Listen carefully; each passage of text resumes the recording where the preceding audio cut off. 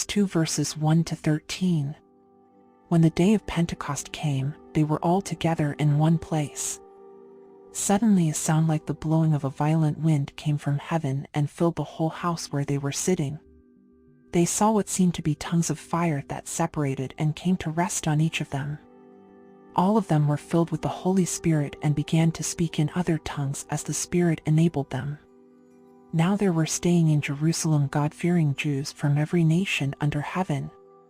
When they heard this sound, a crowd came together in bewilderment, because each one heard their own language being spoken. Utterly amazed, they asked, "Aren't all these who are speaking Galileans? Then how is it that each of us hears them in our native language?"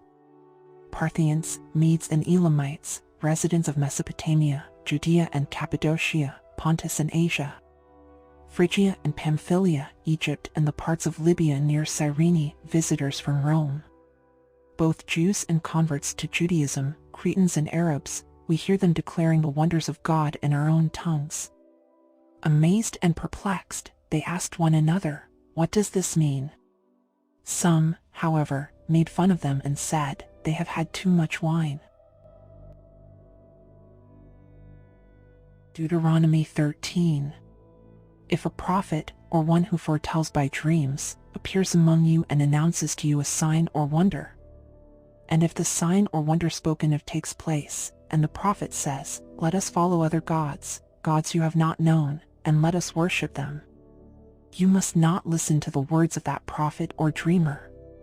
The Lord your God is testing you to find out whether you love him with all your heart and with all your soul.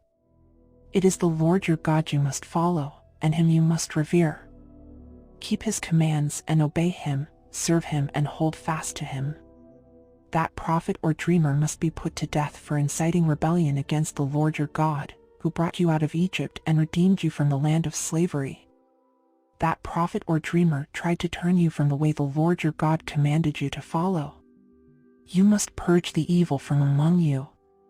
If your very own brother, or your son or daughter, or the wife you love, or your closest friend secretly entices you, saying, "Let us go and worship other gods," gods that neither you nor your ancestors have known, gods of the peoples around you, whether near or far, from one end of the land to the other, do not yield to them or listen to them. Show them no pity. Do not spare them or shield them. You must certainly put them to death. Your hand must be the first in putting them to death, and then the hands of all the people. Stone them to death, because they tried to turn you away from the Lord your God, who brought you out of Egypt, out of the land of slavery. Then all Israel will hear and be afraid, and no one among you will do such an evil thing again. If you hear it said about one of the towns the Lord your God is giving you to live in, that troublemakers have arisen among you and have led the people of their town astray, saying, "Let us go and worship other gods, gods you have not known," then you must inquire, probe and investigate it thoroughly. And if it is true and it has been proved that this detestable thing has been done among you, you must certainly put to the sword all who live in that town. You must destroy it completely, both its people and its livestock. You are to gather all the plunder of the town into the middle of the public square and completely burn the town and all its plunder as a whole burnt offering to the Lord your God. That town is to remain a ruin forever, never to be rebuilt. And none of the condemned things are to be found in your hands. Then the Lord will turn from his fierce anger, will show you mercy, and will have compassion on you. He will increase your numbers, as he promised on oath to your ancestors, because you obey the Lord your God by keeping all his commands that I am giving you today and doing what is right in his eyes. Deuteronomy 14. You are the children of the Lord your God. Do not cut yourselves or shave the front of your heads for the dead, for you are a people holy to the Lord your God. Out of all the peoples on the face of the earth, the Lord has chosen you to be his treasured possession. Do not eat any detestable thing. These are the animals you may eat: the ox, the sheep, the goat, the deer, the gazelle, the roe deer, the wild goat, the ibex, the antelope and the mountain sheep. You may eat any animal that has a divided hoof and that chews the cud.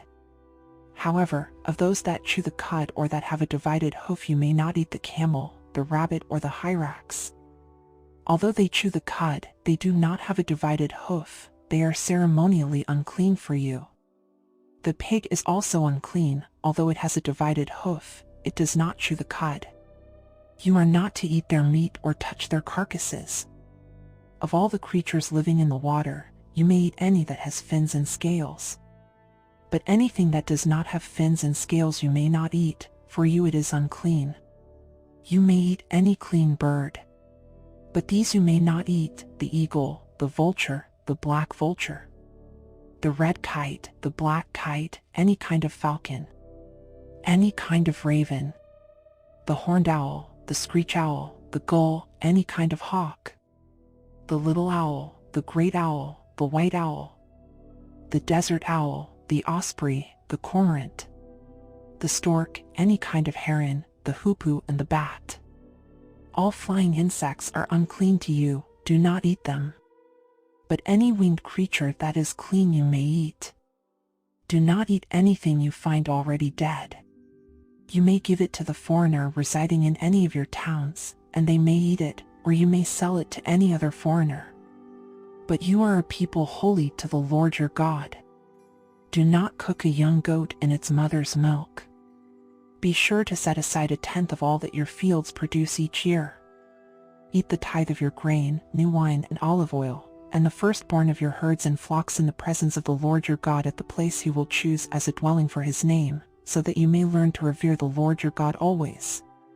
But if that place is too distant and you have been blessed by the Lord your God and cannot carry your tithe, because the place where the Lord will choose to put his name is so far away, then exchange your tithe for silver, and take the silver with you and go to the place the Lord your God will choose. Use the silver to buy whatever you like: cattle, sheep, wine, or other fermented drink, or anything you wish. Then you and your household shall eat there in the presence of the Lord your God and rejoice. And do not neglect the Levites living in your towns, for they have no allotment or inheritance of their own. At the end of every 3 years, bring all the tithes of that year's produce and store it in your towns, so that the Levites, who have no allotment or inheritance of their own, and the foreigners, the fatherless, and the widows who live in your towns may come and eat and be satisfied, and so that the Lord your God may bless you in all the work of your hands. Job 10. I loathe my very life, therefore I will give free rein to my complaint and speak out in the bitterness of my soul. I say to God, do not declare me guilty, but tell me what charges you have against me. Does it please you to oppress me, to spurn the work of your hands, while you smile on the plans of the wicked? Do you have eyes of flesh? Do you see as a mortal sees? Are your days like those of a mortal, or your years like those of a strong man, that you must search out my faults and probe after my sin? Though you know that I am not guilty and that no one can rescue me from your hand? Your hands shaped me and made me. Will you now turn and destroy me? Remember that you molded me like clay. Will you now turn me to dust again? Did you not pour me out like milk and curdle me like cheese? Clothe me with skin and flesh and knit me together with bones and sinews? You gave me life and showed me kindness, and in your providence watched over my spirit. But this is what you concealed in your heart, and I know that this was in your mind. If I sinned, you would be watching me and would not let my offense go unpunished. If I am guilty, woe to me. Even if I am innocent, I cannot lift my head, for I am full of shame and drowned in my affliction. If I hold my head high, you stalk me like a lion and again display your awesome power against me. You bring new witnesses against me and increase your anger toward me. Your forces come against me wave upon wave. Why then did you bring me out of the womb? I wish I had died before any eyes saw me. If only I had never come into being, or had been carried straight from the womb to the grave. Are not my few days almost over? Turn away from me so I can have a moment's joy. Before I go to the place of no return, to the land of gloom and utter darkness. to the land of deepest night, of utter darkness and disorder, where even the light is like darkness.